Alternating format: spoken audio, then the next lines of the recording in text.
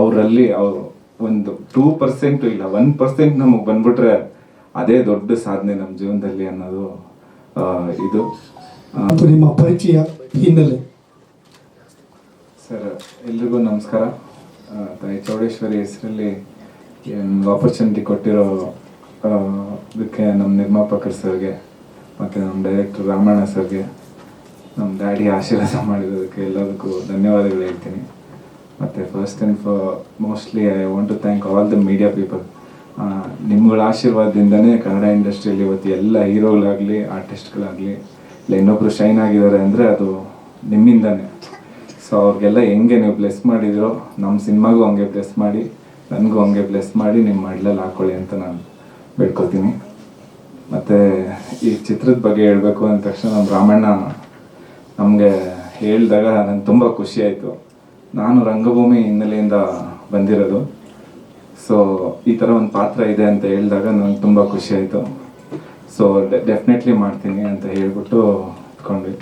ಆಮೇಲೆ ಟೈಟ್ಲ್ ಹೇಳಿದ ತಕ್ಷಣ ಖುಷಿ ಆಯಿತು. ಸೊ ಟೈಟ್ಲ್ ಅಂತ ಬಂದಿದ ತಕ್ಷಣ ಫಸ್ಟು ಜ್ಞಾಪನ ಬರೋದೇ ನಮ್ಮ ಡಿ ಬಾಸ್ ಅವರು. ಡಿ ಬಾಸ್ಗೆ ಅಪ್ಪಟ ಅಭಿಮಾನಿ. ಫಸ್ಟು ನಾನು ಶಿವಣ್ಣ ಲಾಂಗ್ ಹಿಡ್ಕೊಂಡು ನೋಡಿದ್ರೆ ನೆಕ್ಸ್ಟ್ ಡಿ ಬಾಸ್ನೇ ನೋಡಿರೋದು.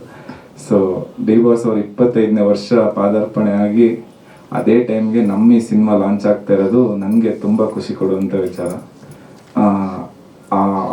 ಅವರಲ್ಲಿ ಒಂದು 2% ಇಲ್ಲ 1% ನಮಗೆ ಬಂದ್ಬಿಟ್ರೆ ಅದೇ ದೊಡ್ಡ ಸಾಧನೆ ನಮ್ಮ ಜೀವನದಲ್ಲಿ ಅನ್ನೋದು ಇದು. ನಮ್ಮ ಮಾದರಿ ಅಣ್ಣವರಂತೆ ನಾನು ಅವ್ರ ಆಶೀರ್ವಾದದಲ್ಲಿ ಬೆಳಿಬೇಕು ಅಂದ್ಕೊಂಡಿದ್ದೀನಿ. ಮತ್ತು ಈ ಪಾತ್ರದ ಬಗ್ಗೆ ಹೇಳಬೇಕು ಅಂದರೆ ರಾಮಣ್ಣ ಅವರೇ ಸ್ಕ್ರಿಪ್ಟೆಲ್ಲ ಹೇಳ್ತಾರೆ. ನಾನು ಹಿನ್ನೆಲೆ ಆಗಿ ತುಂಬ ತಯಾರಿ ಮಾಡ್ಕೊಂಡಿದ್ದೀನಿ. ಯಾಕಂದರೆ ಇದು ಸಿನಿಮಾ ಟೈಟ್ಲಲ್ಲಿ ಹೇಳೋಂಗೆ ಇದೊಂದು ಜವಾಬ್ದಾರಿ.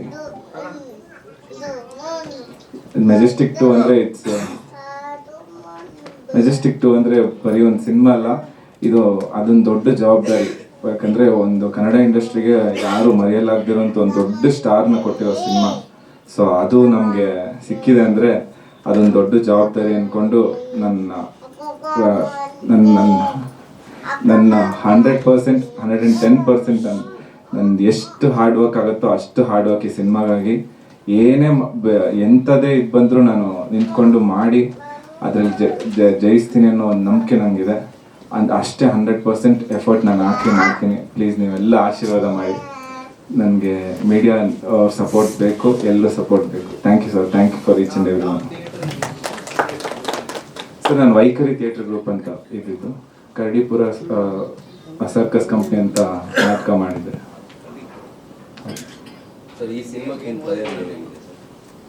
ಸರ್ ಇವತ್ತು ಹೇಳಿ, ನಾನು ಕ್ರೈಸ್ಟ್ ಕಾಲೇಜಲ್ಲಿ BBM ಮಾಡಿದ್ದೀನಿ. ಸೊ ಅದಾದಮೇಲೆ ಸಿನಿಮಾಲಿ ಡೈರೆಕ್ಷನ್ ಕೋರ್ಸ್ ಮಾಡಿದ್ದೀನಿ. ನಮ್ಮ ಅಯೋಗ್ಯ ಮಹೇಶ್ ಸರ್ ಜೊತೆ ಇದ್ದೆ. ಆಮೇಲೆ ಹಿಂಗೆ ಇಂಡಸ್ಟ್ರಿಯಲ್ಲೆಲ್ಲ ಸುತ್ತಾಡ್ಕೊಂಡಿದ್ದೀನಿ. ಸರ್ ಈ ಸಿನಿಮಾ ಕ್ಯಾರೆಕ್ಟರ್ಗೆ ತಯಾರಿ ಏನಾಗಿದೆ? ಸರ್ ನಾನು ಫಸ್ಟಿಂದನೂ ಫೈಟ್ಸು ಡ್ಯಾನ್ಸ್ ಎಲ್ಲ ಕಲ್ತ್ಕೊಂಡೇ ಬಂದಿದ್ದೆ. ಚಿಕ್ಕ ವಯಸ್ಸಿಂದ ನಮ್ಮ ತಂದೆಯವರೆಲ್ಲ ಕಲಿಸಿದ್ರು. ಸೊ ಆಮೇಲೆ ಈಗೂ ಮತ್ತೆ ಫೈಟ್ಸು ಜಿಮ್ನಾಸ್ಟಿಕ್ ಎಲ್ಲ ಸ್ವಲ್ಪ ರೆಡಿ ಮಾಡ್ಕೋತಾ ಇದ್ದೀವಿ. ಮೇಜರ್ಲಿ ಇದೊಂದು ಆ್ಯಕ್ಷನ್ ರಾ ಕಲ್ಟ್ ಸಿನಿಮಾ. ನಮಗೆ ಹೆಂಗೆ ಈ ಓಮಲ್ಲೆಲ್ಲ ಹೆಂಗೆ ಶಿವಣ್ಣ ಕಲ್ಟ್ ಒಂದು ಕ್ಲಾಸಿಕ್ ಬಂತೋ ಆ ಥರದೊಂದು ಸಬ್ಜೆಕ್ಟ್ ಲೈನ್ ಇದು. ಸೊ ಇವರು ಇದರಲ್ಲೂ ಅಷ್ಟೇ ಈ ಕಾಲಕ್ಕೆ ತಕ್ಕಂಗೆ ಇದರಲ್ಲಿ ಬೇಕು ಅಂತೆಲ್ಲ ಹೇಳಿದ್ದಾರೆ. ಸೊ ಈ ಕಾಲಕ್ಕೆ ತಕ್ಕಂಗೆ ಈ ಸ್ಟಂಟ್ಸು ಏನೇನು ಅಪ್ಡೇಟ್ಸ್ ಆಗಬೇಕು ಅದನ್ನೆಲ್ಲ ಮಾಡಿಕೊಂಡು ಮತ್ತು ಎಲ್ಲ ಥರದ್ದು ಇದು ಮಾಡ್ಕೊತೀನಿ. ಅಪ್ಪನ ಇನ್ಪುಟ್ಸ್ ಹೇಗಿದೆ? ಏನಂದ್ರೆ ಸೋಲು ಗೆಲುವು ಸಮಾನವಾಗಿ ನೋಡಿದವರು. ನಾನು ಚಿಕ್ಕ ವಯಸ್ಸಿಂದ ಅಪ್ಪನ ಸೋಲು ಗೆಲುವು ನೋಡ್ಕೊಂಡೇ ಬಂದಿರೋದು. ನಮ್ಮ ಡ್ಯಾಡಿ ಯಾವತ್ತೂ ಗೆದ್ದಾಗ ಹಾರಾಡಲಿಲ್ಲ, ಸೋತಾಗ ನಮ್ಗೆ ಯಾರಿಗೂ ಮನೆಯಲ್ಲಿ ಕುಗ್ಗೋದು ಅನ್ನೋದು ಬರಲಿಲ್ಲ. ನಮ್ಮನ್ನೆಲ್ಲ ಯಾವತ್ತೂ ಒಂದೇ ಥರ ನೋಡಿದ್ದಾರೆ.